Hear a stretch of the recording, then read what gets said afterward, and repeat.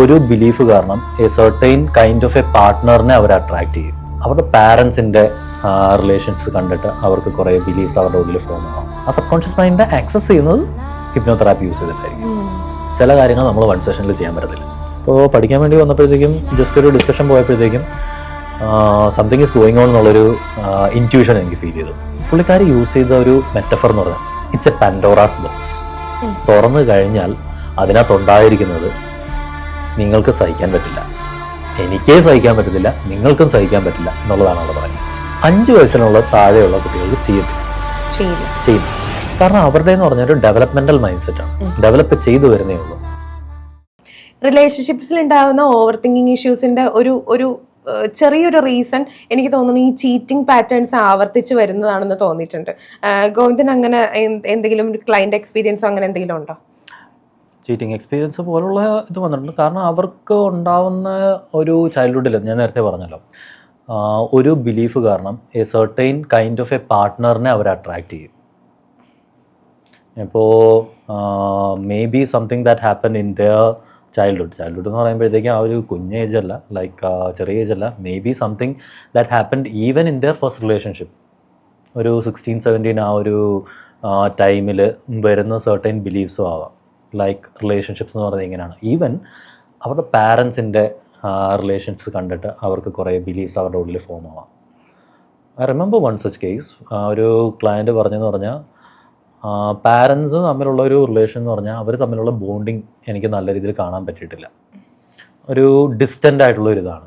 എനിക്ക് വരുന്ന റിലേഷൻഷിപ്പ് ഞാൻ ഒരിക്കലും അങ്ങനെ ആയിരിക്കില്ല, ഞാൻ ഇന്ന രീതിയിലായിരിക്കണം എന്നുള്ള ഒരു കൺസെപ്റ്റാണ് എൻ്റെ ഉള്ളിലുള്ളത് എന്നുള്ളത് പറഞ്ഞിട്ട് പിന്നീട് മുന്നോട്ടേക്ക് പോകുമ്പോഴത്തേക്കും one partner, most probably the other Guy or girl, എന്താ ഈ ഒരു രീതിയിൽ ലൈക്ക് ആ ഒരു പാരൻറ്റിൻ്റെ തന്നെ ബിഹേവിയറൽ പാറ്റേണിലേക്ക് വരുന്നു.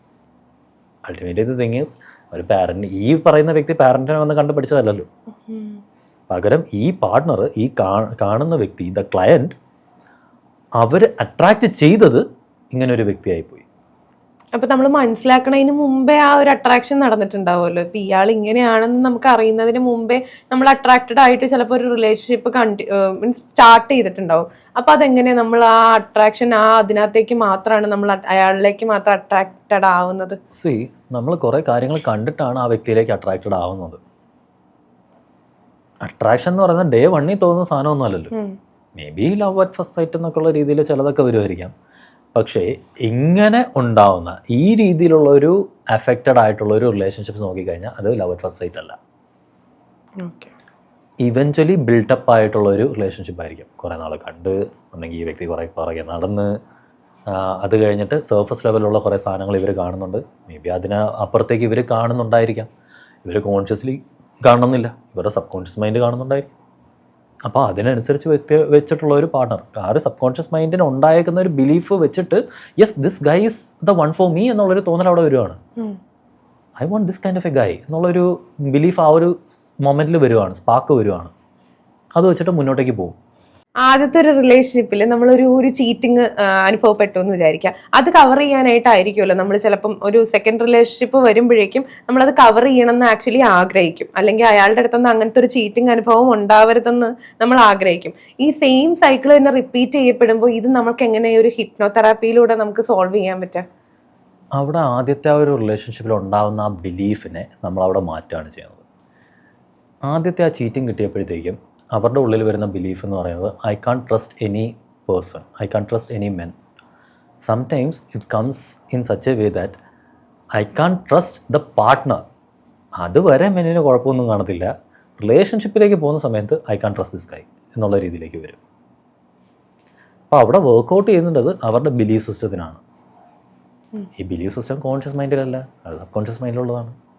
ആ സബ് കോൺഷ്യസ് മൈൻഡിനെ ആക്സസ് ചെയ്യുന്നത് ഹിപ്നോതെറാപ്പി യൂസ് ചെയ്തിട്ടായിരിക്കും. അപ്പോൾ ഹിപ്നോതെറാപ്പിയിൽ നമ്മൾ പോകുന്നു, ഹിപ്നോട്ടിക് സ്റ്റേറ്റിലേക്ക് പോകുന്നു. എവിടാണ് ഇത് കിടക്കുന്നത്, എന്താണ് ആ ബിലീഫ് ഫോം ആയത്, what is it telling you, what is telling that client എന്നുള്ളത് മനസ്സിലാക്കുന്നു. എന്നിട്ട് അതിനെടുത്ത് റീഫ്രെയിം ചെയ്യുന്നു, എടുത്ത് കളയുന്നു. നമ്മൾ പലരും പറഞ്ഞു കേട്ടിട്ടുണ്ട് ഈ ഹിപ്നോതെറാപ്പിയിലൂടെ നമ്മുടെ ഒരു ചൈൽഡ്ഹുഡ് ട്രോമ അല്ലെങ്കിൽ അങ്ങനത്തെ കുറേ മെമ്മറീസ് നമുക്ക് കംപ്ലീറ്റ്ലി ഡിലീറ്റ് ചെയ്യാൻ പറ്റും, വൈപ്പ് ചെയ്യാൻ പറ്റും എന്നുള്ള രീതിയിലൊക്കെ. അപ്പം ഞാനിങ്ങനെ ആലോചിക്കാറുണ്ട് അതെങ്ങനെ പറ്റും എന്നുള്ളത്. ആക്ച്വലി അങ്ങനെ പറ്റുമോ? ഇൻട്രസ്റ്റിംഗ് ആയിട്ടുള്ളൊരു ക്വസ്റ്റ്യനാണ്. കാരണം ഇപ്പോഴൊന്നുമല്ല, കുറച്ചധികം കാലം മുന്നേ എനിക്ക് വന്നൊരു ക്ലയൻറ്റാണ് വിളിച്ചിട്ട്, സർ എനിക്ക് ഇന്ന ആളെ മറക്കണം, അതാണ് ചോദിക്കുന്നത്. അതിനൊരു സെഷൻ ചെയ്തു തരാൻ പറ്റും. ഒരു വ്യക്തിയെ മൊത്തത്തിൽ മറക്കാൻ വേണ്ടിയിട്ടാണ്. റിലേഷനായിരുന്നു, ബ്രേക്കപ്പായി, ഒരു ബാഡ് ആയിട്ടുള്ളൊരു ബ്രേക്കപ്പ് തന്നെയായിരുന്നു. അപ്പം I just want to forget him. എങ്ങനെയെങ്കിലും എനിക്കത് ഇതാക്കിത്താ. ഒരിക്കലും അത് നടക്കത്തില്ല. എന്ന് വെച്ചാൽ ഒരു എക്സാമ്പിൾ പറയുകയാണെങ്കിൽ മറക്കും. എങ്ങനെയാണെന്ന് വെച്ച് കഴിഞ്ഞാൽ, if it is something insignificant for you. അപ്പോൾ ഫസ്റ്റ് സ്റ്റാൻഡേർഡിലുള്ള ടീച്ചേഴ്സിൻ്റെ പേര് ഓർമ്മയില്ലേ? എത്ര ടീച്ചേഴ്സിൻ്റെ പേര് ഓർമ്മയുണ്ട്? 2 ടീച്ചറിന് ഓർമ്മയുണ്ടാവും. 2 ടീച്ചർ. ബാക്കി എത്ര സബ്ജക്റ്റ് ഉണ്ടായിരുന്നു? സബ്ജക്ട് എത്ര? 3-4 ഉണ്ടായിരുന്നു. 4 ഉണ്ടായിരുന്നു. അപ്പോൾ ബാക്കി ടീച്ചേഴ്സിൻ്റെ പേര് ഓർമ്മയില്ല. എന്തുകൊണ്ട് ഓർമ്മയില്ല? അതെന്തുകൊണ്ടാന്ന് വെച്ചാൽ അവര് ഭയങ്കര ഒരു സ്പെഷ്യൽ ആയിട്ടുള്ള ഈ 2 പേര് സ്പെഷ്യൽ ആയിരുന്നു. They were giving something to you, like something significant ആയിട്ടുള്ള ഒരു കാര്യം അവർ ചെയ്തുകൊണ്ട് ആ ഒരു ഇമോഷൻ അവിടെ കിടക്കുന്നുണ്ട്. ആ 2 വ്യക്തികളുടെ പേര് ഓർമ്മയുണ്ട്. ബാക്കിയുള്ളവരുടെ പേര് മറന്നുപോയി, because they were insignificant. So എന്താ, ഒരു മെമ്മറി നമ്മൾ എറേസ് ചെയ്യിക്കുക എന്ന് പറയുന്നത് ഈ ഒരു രീതിയിലാണ്. അത് കംപ്ലീറ്റ്ലി നമ്മൾ എറേസ് ചെയ്യുക അല്ല, പകരം ആ ഇമേജിൻ്റെ പിന്നിലുള്ള ഇമോഷൻസ് നമ്മളെടുത്ത് കളയുകയാണ്. അങ്ങനെ ആ ഒരു ഇമോഷൻ എടുത്ത് പോകുമ്പോഴത്തേക്കും അത് ഇൻസിഗ്നിഫിക്കൻ്റ് ആവുന്നു. പിന്നീട് ഒരു ഇമോഷൻ ഇല്ല, നമ്മളത് പെർസീവ് ചെയ്യുന്ന രീതി മാറുന്നു. Eventually will forget that. കാരണം ബ്രെയിനിൽ സ്റ്റോർ ചെയ്തേക്കുന്ന ഇൻഫർമേഷൻ അത് നമുക്ക് ആക്ച്വലി വേണമെന്നുണ്ടെങ്കിൽ ആക്സസ് ചെയ്യാൻ പറ്റും through hypnosis session itself. But അല്ലാതെ നമുക്ക് ആ ഒരു ഓർമ്മയിലേക്ക് തിരിച്ചു പോകാനായിട്ടുള്ള ഒരു വരത്തില്ല. ഇപ്പം ഇങ്ങനെ മറക്കാനായിട്ട് നമ്മൾ സാധാരണയായിട്ട് ഒരു തെറാപ്പി സെഷൻ ഒന്നും യൂസ് ചെയ്തില്ല എന്നുണ്ടെങ്കിൽ വേറെ എന്തെങ്കിലും നല്ല കാര്യങ്ങൾ അതേ സംബന്ധിച്ച് നടന്നു കഴിഞ്ഞാൽ നമ്മൾ ഈ കാര്യം മറന്നു പോകുമെന്ന് പറയുന്നത് കറക്റ്റാണോ മൈൻഡിൻ്റെ കേസിൽ? അത്രയധികം പോസിറ്റീവായിട്ടുള്ള കാര്യങ്ങൾ ഇതിനെ റീപ്ലേസ് ചെയ്യാൻ പറ്റുവാണെന്നുണ്ടെങ്കിൽ മറക്കും. ഫോർ എക്സാമ്പിൾ, ഒരു ബ്രേക്കപ്പ് ഒക്കെ കഴിഞ്ഞ് നിൽക്കുന്ന ഒരു വ്യക്തിയാണെന്നുണ്ടെങ്കിൽ, അത്രയും ഇമോഷണലി ഡ്രെയിൻഡ് ആയിട്ട് തളർന്ന് ഒന്നും ചെയ്യാൻ പറ്റാതെ നിൽക്കുന്ന ഒരു വ്യക്തിയൊക്കെ ആണെന്നുണ്ടെങ്കിൽ, അവരെ ആക്റ്റീവ് ആക്കുന്ന അല്ലെങ്കിൽ അവരെ പോസിറ്റീവ് ആക്കുന്ന ഹാപ്പിയസ്റ്റ് ആയിട്ട് എത്തിക്കുന്ന എന്തെങ്കിലും കാര്യങ്ങൾ ചെയ്തുകൊണ്ടിരുന്നു കഴിഞ്ഞാൽ പൂർണ്ണമായിട്ട് മാറുന്നൊന്നും പറയുന്നില്ല, എന്നാൽ പോലും കുറച്ചൊക്കെ വ്യത്യാസം കാണാൻ തുടങ്ങും.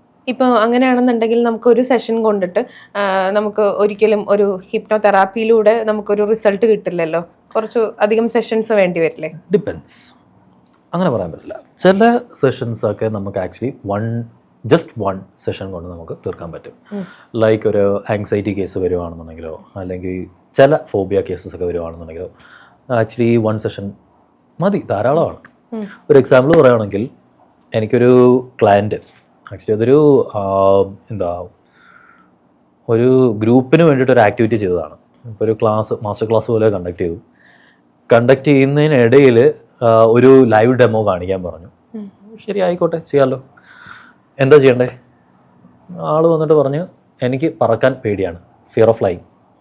എനിക്ക് നാളെ കഴിഞ്ഞ് മറ്റന്നാൾ ഒരിടത്തോട്ട് പോകാനുണ്ട്, ടിക്കറ്റ് ഓൾറെഡി ബുക്ക് ചെയ്തു, പോയാലേ വരത്തുള്ളൂ, പക്ഷേ എനിക്ക് ഫിയറുണ്ട്, എനിക്കിത് മാറ്റിത്തരണം എന്ന് പറഞ്ഞു. പിന്നെന്താ, ആവാലോ. അവിടെ ആ സമയത്ത് തന്നെ ആ ഗ്രൂപ്പിൽ ഏകദേശം ഒരു 50 പേരെങ്ങാണ്ടുണ്ട് ആ ഒരു മീറ്റിങ്ങിനകത്ത്. ഞാനൊരു ഗസ്റ്റായിട്ട് തന്നെ അവർ ഇൻവൈറ്റ് ചെയ്തേക്കാണ്, ചെയ്യാമെന്ന് പറഞ്ഞു. ആൾ ഡെമോ ആയിട്ടിരുന്ന് വന്നു. ഒരു 45 മിനിറ്റ് സെഷൻ അവിടെ ചെയ്യുകയാണ്. 45 മിനിറ്റ് സെഷൻ ചെയ്ത് കഴിഞ്ഞപ്പോഴത്തേക്കും he was feeling that relaxation. 2 ദിവസം കഴിഞ്ഞിട്ട് പുള്ളി ഗ്രൂപ്പിനകത്ത്, അതൊരു വലിയൊരു ഗ്രൂപ്പ് തന്നെയാണ്, ആ ഗ്രൂപ്പിനകത്ത് പുള്ളി ഒരു ഫോട്ടോ ഇട്ടു. ഞാൻ പറഞ്ഞു, ഒരു പേടിയും ഇല്ലാതെ പറഞ്ഞു എന്നുള്ളത്. അപ്പോൾ അത് 1 സെഷനിൽ ആ ഒരു ഫിയർ മാറി. ചില കാര്യങ്ങൾ നമ്മൾ 1 സെഷനിൽ ചെയ്യാൻ പറ്റത്തില്ല. ഫോർ എക്സാമ്പിൾ, അത്രയും ഓവർ തിങ്കിങ് ആയിട്ടുള്ളൊരു വ്യക്തിയാണെന്നുണ്ടെങ്കിൽ ആ വ്യക്തിക്ക് ഹിപ്നോട്ടിസം കുറച്ചുകൂടെ കംഫർട്ടബിൾ ആവാൻ വേണ്ടിയിട്ട് ഒരു ഇനിഷ്യൽ സെഷൻ നമ്മൾ ചെയ്യേണ്ടി വരും. നമ്മൾ നേരിട്ട് കയറി ട്രോമയിൽ പോവുകയല്ല, ആ ഒരു ബോട്ടിൽ ഓപ്പൺ ചെയ്യുകയല്ല ചെയ്യുന്നത്. റീസെൻ്റ്ലി ഒരു ക്ലയൻറ്റ് വന്നു. അപ്പോൾ പുള്ളിക്കാരി വന്ന സമയത്ത് ആവശ്യപ്പെടുന്നതെന്ന് പറഞ്ഞു കഴിഞ്ഞാൽ, ലൈക്ക് ആവശ്യപ്പെടുന്ന ഹിപ്നോതെറാപ്പി പഠിക്കാൻ വേണ്ടിയിട്ടാണ്. അപ്പോൾ പഠിക്കാൻ വേണ്ടി വന്നപ്പോഴത്തേക്കും ജസ്റ്റ് ഒരു ഡിസ്കഷൻ പോയപ്പോഴത്തേക്കും സംതിങ് ഈസ് ഗോയിങ് ഓൺ എന്നുള്ളൊരു ഇൻറ്റ്യൂഷൻ എനിക്ക് ഫീൽ ചെയ്തു. അപ്പോൾ ഞാനത് പുള്ളിക്കാരടുത്ത് ചോദിച്ചു, what you want to learn? അപ്പോൾ എനിക്ക് അത്രയും ക്യൂരിയോസിറ്റി ഉണ്ട്, അങ്ങനെയാണ് ഇങ്ങനെയാണ് കുറച്ച് കാര്യങ്ങൾ പറഞ്ഞപ്പോഴത്തേക്കും ലെറ്റ്സ് ടോക്ക് അബൌട്ട് ഇറ്റ് എന്ന് പറഞ്ഞ് കുറച്ച് സംസാരിച്ചപ്പോഴത്തേക്കും ഷീ സ്റ്റാർട്ടഡ് പോറിങ് ഔട്ട്. കുറേ കാര്യങ്ങൾ ലൈഫിൽ നടന്നിട്ടുണ്ട്, ആ ഒരു രീതിയിലാണ് പ്രൊഫഷണൽ ലൈഫിൽ നടക്കുന്ന കുറേ ഇഷ്യൂസ് പറഞ്ഞു. ആൻഡ് ഐ സെഡ് ഓക്കെ, നമുക്ക് സ്റ്റഡീസ് കുറച്ച് നാളത്തേക്കൊന്ന് പോസ് ചെയ്യാം. Will definitely do that. ചെയ്യുന്നില്ല എന്നല്ല, പകരം വിൽ ഹാവ് എ കോൺവെർസേഷൻ. ആദ്യം കോച്ചിങ് സെഷനാണ് ഞാൻ അവിടെ ആവശ്യപ്പെട്ടത്. We were having this conversation. മുന്നോട്ടേക്ക് പോയപ്പോഴത്തേക്കും it landed into childhood issues. Childhood പാർട്ട്ണറുമായിട്ട് നിൽക്കുന്ന സമയത്ത് തന്നെ ലൈക്ക് കുറേ കാര്യങ്ങൾ പുറത്തു വരുന്നുണ്ട്. Those are like a lot of shadows, all these things അത് പറയുകയാണ്. ഞാൻ മുന്നേ ആ സമയത്ത് പറഞ്ഞതെന്ന് പറഞ്ഞാൽ നമുക്കൊരു ഹിപ്നോസിസ് സെഷൻ ചെയ്യാമെന്ന് പറഞ്ഞു. പുള്ളിക്കാർ യൂസ് ചെയ്ത ഒരു മെറ്റഫർ എന്ന് പറഞ്ഞാൽ ഇറ്റ്സ് എ പാൻഡോറാസ് ബോക്സ്. തുറന്നു കഴിഞ്ഞാൽ അതിനകത്തുണ്ടായിരിക്കുന്നത് നിങ്ങൾക്ക് സഹിക്കാൻ പറ്റില്ല, എനിക്കേ സഹിക്കാൻ പറ്റത്തില്ല, നിങ്ങൾക്കും സഹിക്കാൻ പറ്റില്ല എന്നുള്ളതാണ് അവിടെ പറയുന്നത്. അത്രയും ട്രോമാസിലൂടെ ഞാൻ കടന്നു പോയിട്ടുണ്ട്. ഓക്കെ, നമുക്കൊന്ന് ട്രൈ ചെയ്ത് നോക്കാം. But first will do another session, ഒരു ജനറൽ റിലാക്സേഷൻ എന്നുള്ള രീതിയിൽ നമുക്ക് ചെയ്യാം, ടു മേക്ക് യു കംഫർട്ടബിൾ. ഈ വ്യക്തിക്ക് സെഷൻ ചെയ്തപ്പോഴത്തേക്കും ഒറ്റ സെഷനിൽ എല്ലാം കയറി അങ്ങ് പുറത്തെടുക്കുകയല്ല ചെയ്യുന്നത്. പയ്യെ ഈസ് ചെയ്ത് ഹിപ്നോതെറാപ്പി എന്ന് പറയുന്നൊരു പ്രോസസ്സിനെ കംഫർട്ടബിളാക്കി അതിനെക്കുറിച്ച് പിന്നെയും ഞങ്ങൾ സംസാരിച്ച് വാട്ട് ആർ ദോസ് ട്രോമാസ് എന്നുള്ളത് പുള്ളിക്കാരി തന്നെ ready to accept, ready to view this traumas എന്നുള്ള രീതിയിൽ എത്തിയിട്ട് we did the session open ചെയ്തു. 4 സെഷൻ ഇൻ ടോട്ടലായി. ഹിപ്നോസിസിൻ്റെ ഗൈഡഡ് ഇമേജറിയും ഇടയ്ക്ക് വന്ന കോച്ചിങ് സെഷനും പിന്നീട് ഒരു ഹിപ്നോതെറാപ്പി സെഷനും. ഇത്രയും ഒരു എൻറ്റയർ പാക്കേജ് എന്നുള്ള രീതിയിൽ തന്നെ പറയണം. സോ അതുകൊണ്ട് ഇത് 4 സെഷനായിട്ട് കൂട്ടണം. What will happen if we did the session in that very first day? ആദ്യത്തെ ദിവസം തന്നെ ചെയ്തിരുന്നെങ്കിൽ എന്ത് പറ്റുമായിരുന്നു? വർക്കാവില്ല എന്നുള്ളതല്ല, പുള്ളിക്കാരി എന്താ ഒരു സുനാമി ഒന്ന് അടിക്കുന്ന പോലെയുള്ള ഫീലായിരിക്കും ഉണ്ടാകുന്നത്. ലൈക്ക് അത്രയും ഇൻറ്റൻസിറ്റിയിലായിരിക്കും ഇത് പുറത്തു വരാൻ പോകുന്നത്. She might not be comfortable to face that at that situation. അവിടെ മൾട്ടിപ്പിൾ സെഷൻസ് റിപ്പീറ്റഡ്ലി തന്നെ ചെയ്യേണ്ടി വരും. അത് തെറാപ്പിസ്റ്റിൻ്റെ ഒരു മൈൻഡ് സെറ്റും കൂടെ അവിടെ ഇതാവുന്നുണ്ട്. If that person is a very competent therapist, they will know how to manage. അതുപോലെ തന്നെ നമുക്ക് ഈ കുട്ടികൾക്ക് കൊടുക്കുന്ന സെഷൻസ് ഉണ്ടല്ലോ, അത് ആക്ച്വലി എങ്ങനെയാണ് അവരിൽ വർക്കാവുന്നത്? അത് ഓക്കെ ആണോ? അവർക്ക് എന്തെങ്കിലും കുഴപ്പങ്ങൾ ഭാവിയിൽ ഉണ്ടാവാൻ സാധ്യതയുണ്ടോ? ഒരിക്കലുമില്ല. അത് 5 വയസ്സിനുള്ള താഴെയുള്ള കുട്ടികൾക്ക് ചെയ്യില്ല. കാരണം അവരുടെ എന്ന് പറഞ്ഞാൽ ഒരു ഡെവലപ്മെൻ്റൽ മൈൻഡ് സെറ്റാണ്, ഡെവലപ്പ് ചെയ്തു വരുന്നേ ഉള്ളൂ. അവർക്ക് ഈ വാക്കുകൾ കണക്ട് ചെയ്യാൻ പറ്റത്തില്ല. 2 വയസ്സിന് താഴെയുള്ള വാക്കുകളൊക്കെ ആണെങ്കിൽ കണക്ട് ചെയ്യാൻ പറ്റാത്ത ഒരു സ്റ്റേജിലാണ്. അതിനുശേഷം ഒരു 6 തൊട്ട് മുന്നോട്ടേക്ക് വരുമ്പോഴത്തേക്കും ഗൈഡഡ് ഇമേജറീസ് എന്നുള്ള രീതിയിൽ ചെയ്യാൻ പറ്റും.